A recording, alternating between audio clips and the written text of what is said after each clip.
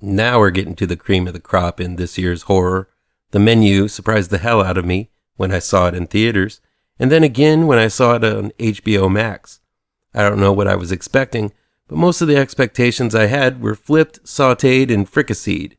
Kind of like the meals prepared for these horrible guests in The Menu.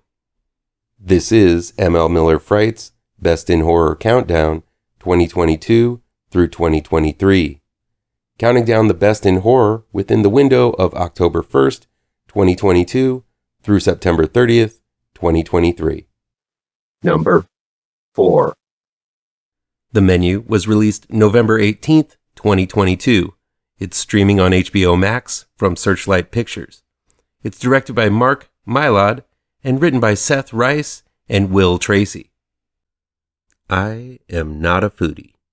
I eat for fuel, not for taste, presentation, or status. I don't take pictures of food unless something is crawling out of it, and though I appreciate a good meal, I much more prefer to get through the meal and go on to the next thing. That's just me. Then again, I do have friends who snap photos of their food, gab and brag about the food they have made at home, and try to go out to all of the cool restaurants in order to say that they've eaten there. If you're a foodie, or if you're someone like me who's not, and couldn't give a fig about the ingredients of your meal, I think you're going to find something to scoff at, be shocked by, or just simply identify and enjoy in The Menu. Margot, played by Anya Taylor-Joy, and Tyler, played by Nicholas Hoult, join a select few patrons as they visit an exclusive restaurant located on an isolated island. Chef Slowick, played by Ralph Fiennes, has prepared an elegant meal catered to his guests with some surprises thrown in. But Margot is not on the guest list, which concerns the chef greatly, but it appears everyone in this film has their secrets. Very, very dark secrets. The entire restaurant culture, be you a server or a patron, is ripe with hierarchy. I have quite a bit of experience in the serving industry, and if you've ever worked as a server, bartender, chef, security, or host, you'll most likely identify with this hierarchy. If you've ever raised your nose at one restaurant over another or criticized your food at a restaurant, you're aware of the experience as well. That's what The Menu is all about. It's a clever comment on how it turns out everyone is a critic, no matter what side of the meal you're on. For our first course, what we have here are 2 slices of wheat bread, a healthy portion of exquisite Jif peanut butter, complemented by a thinner portion of savory Smucker's grape jelly. There is an option to slice the sandwich in half, but I've chosen not to do so with this particular dish. What we have here is something I like to call peanut butter and jelly sandwich. In The Menu, the customers are snobbish and focused on status, be it the status of what restaurant they have chosen, how many times they have chosen it, who is there in the restaurant, and who is seeing them at that restaurant. It's about everything but the food. The food is almost the least important part. You've got the foodie, played by Nicholas Hoult, the snobby food critic, played by Janet McTeer, her lapdog assistant, played by Paul Andelstein, the fading Hollywood star, played by John Leguizamo, his assistant, unfazed by his stardom, played by Amy Carrero, a well-to-do couple of regulars, played by Reed Birney and Who's the Boss's Judith Light, and a trio of bros who work for the owner and think the restaurant owes them for being there. Basically, every bad customer one might think of is present and accounted for, and the first portion of the menu is dedicated to getting to know them. To complement our peanut butter and jelly, our finest Brita water has been concocted by pouring water into the top of the Brita pitcher and letting it simmer in the refrigerator for a bit and chill before serving in a large cup. Another option is a small glass of 2% milk. Would you care to sniff the carton? After we get to know all of the elite customers who have attended the event, the second portion of the film gives insight on those serving the customers.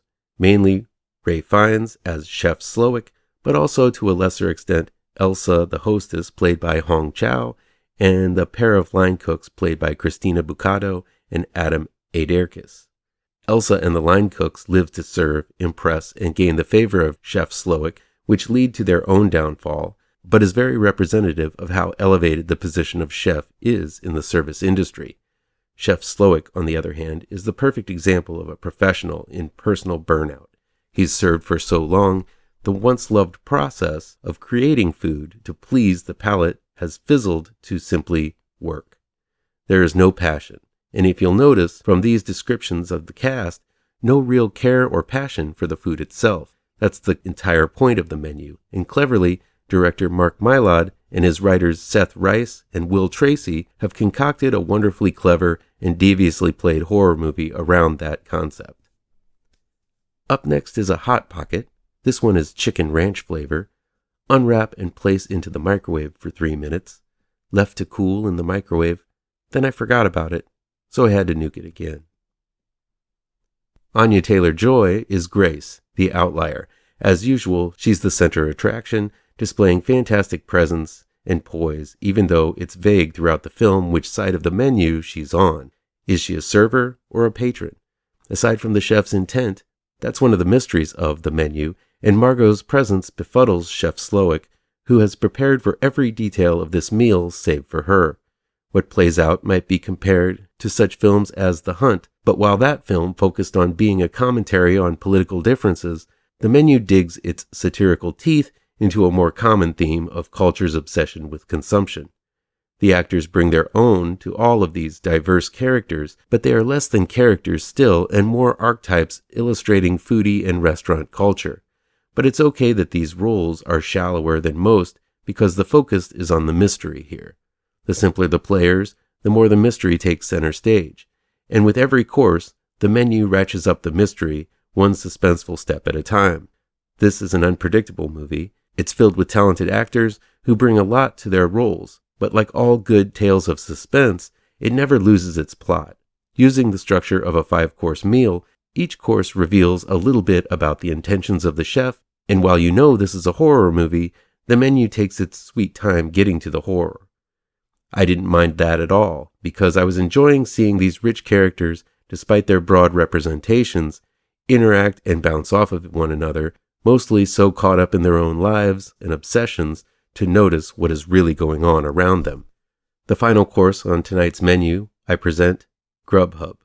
Simply click on the icon, choose the restaurant, select the food of your liking, and then wait for the driver to arrive at the door. Gasp at the price you paid for your laziness, but forget about it by the time the food arrives. Open bag, lay the contents out haphazardly on your coffee table, eat, nap on couch. I'm not going to spoil the surprise revealed by the climax. It's a wonderful message, and Anya Taylor-Joy's role in it is downright perfect. Ralph Fiennes is sublime as the chef who once loved his job but now has grown to hate every aspect of it. Overall, the performances are fun and boppy. And don't think I didn't miss the irony of seeing Peter Grosz as the sommelier. Grosz plays one of the guys in the car in the Sonic commercials, if you didn't notice him. This was a very funny movie, mainly because you've seen, or maybe even been, some of these characters before. I loved every tension-filled minute of this subtle horror movie. It's a much more mature and nuanced take, but in the vast landscape of horror, sophisticated and whimsically clever films like The Menu are a rare find, but serve as a meal you'll remember. Another film that crept up and surprised the hell out of me this year was a film that made the worth noting list just at the very last second.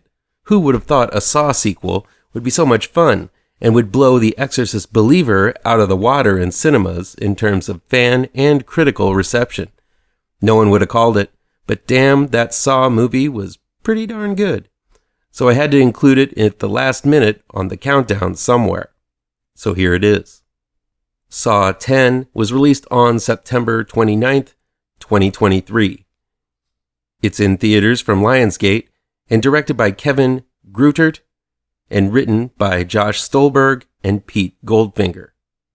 John Kramer is back, well, sort of, as the latest Saw film takes place somewhere in between the events of Saw 1 and 2. All that aside, Kramer is given only a few months to live from his brain cancer diagnosis, so he gets busy planning revenge on anyone who makes his list. Kramer is given hope when he hears about a miracle treatment not available in the U.S. Kramer tracks down this rogue group of doctors who promise a cure, but he has to get to Mexico to do it. Once there, he meets lead physician Dr. Cecilia Peterson, played by Siobhan Makodi Lund, and her associates, and undergoes surgery after his second check clears, of course.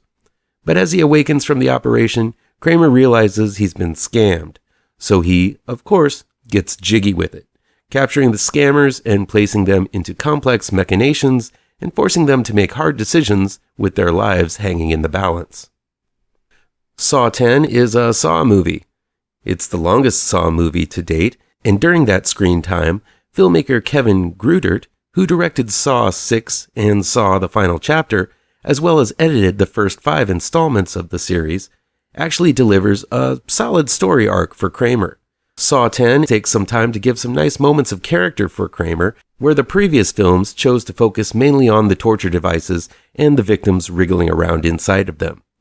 I love the little bits like John taking some time in the park to scribble new death devices in his journal. There are some small moments between John and returning character Amanda, played by Shawnee Smith, who worships John having survived one of his traps, that do resonate. It's the moments of this sort in this new movie that sets it aside from the rest, as it fleshes out the character of John Kramer in ways the previous films didn't. But don't worry, there are plenty of torture traps in Saw 10. Some of them, like the first eye torture sequence, are ingeniously fun, while others, such as the final trap, is just kind of goofy. How John is able to whittle these traps together so quickly has been the mystery none of the Saw films has gotten to the bottom of. As usual, each Saw movie fancies itself a mystery, with the stories seemingly written backwards from some kind of shockaroo ending. Saw 10 has a few twists and turns. It wouldn't be a Saw film without it, but once again, none of them beat the twist that occurred in the original. The twist ending, that John and Amanda survive, isn't really a twist in Saw 10, as we know they live on to star in multiple Saw films set after the movie. So the stakes aren't really as high here, but honestly, I was so caught up in the action and simply interested in how Kramer would survive rather than if he would. Sure, it's contrived, and in no way would Kramer be able to predict the moves of so many people that far into the future in order to prepare for what occurs in the climax, but Kramer's gift of foresight has always been the MacGuffin that keeps this series going. So again, Saw 10 rings true to form as far as Saw movies go. The script will never be Shakespeare, the plot will always be over the top and implausible, but the formula at this point has been developed, and Saw 10 sticks to it. If I'm honest, I've never been a big fan of the Saw movies. I've seen most of them, but I don't think I've seen all of them. And maybe I'll revisit each one sometime in the future. I do understand why people are so in love with this series, since I'm a 80s slasher franchise lover myself and get super excited as every new installment approaches, even though I know I'm probably going to be disappointed. At least the Saw franchise and the people behind it don't do some stupid shit like try to send them into space or into another city or reveal John Kramer is actually some type of alien worm or anything like that. I guess in that case, Spiral was the Halloween 3 of the Saw series, but I'm glad that people have recognized the formula and they've stuck to it for so long. I wish the Friday the 13th, Texas Chainsaw, and Halloween franchises would try the same thing, rather than try to reinvent the wheel. So I get why people are diehard fans of the Saw series. I overheard a dude sitting behind me in the theater saying, "I think Saw is my religion." And I get it. I really do. These kids probably grew up watching Saw every year, just like I did with the Friday the 13th series when I was a kid. And despite the many flaws in the Friday the 13th series, I love them all to this day. Except Jason Goes to Hell. Seriously, fuck that movie. Bell is getting pretty old, or at least he plays a pretty sickly old guy pretty well. I hope he stays in good shape, as I'm sure with the success of this film, we'll be getting more. And I'm glad Lionsgate are keeping the Saw franchise alive, and Tobin Bell seems willing and able to play John Kramer for a whole bunch of movies that occur in between the originals. I had a good time with Saw 10. Aside from the little character moments, there isn't much new, but the folks behind and in front of the camera deliver the essentials that made Saw popular in the first place pretty well. It'll never be better than the intimate and shocking first installment, The Saw franchise has grown much too big and bombastic for that, but the crowd I saw it with was entertained, and damn it, I guess I was too. As always, feel free to agree, disagree, or how about you play along at home and give me your own picks for your favorite horror movies. It's October, so let's talk horror. Come back tomorrow for the next level in the Best in Horror Countdown. Be sure to hit all of those pertinent bells and whistles down below, and you'll never miss a post. Happy Halloween, folks.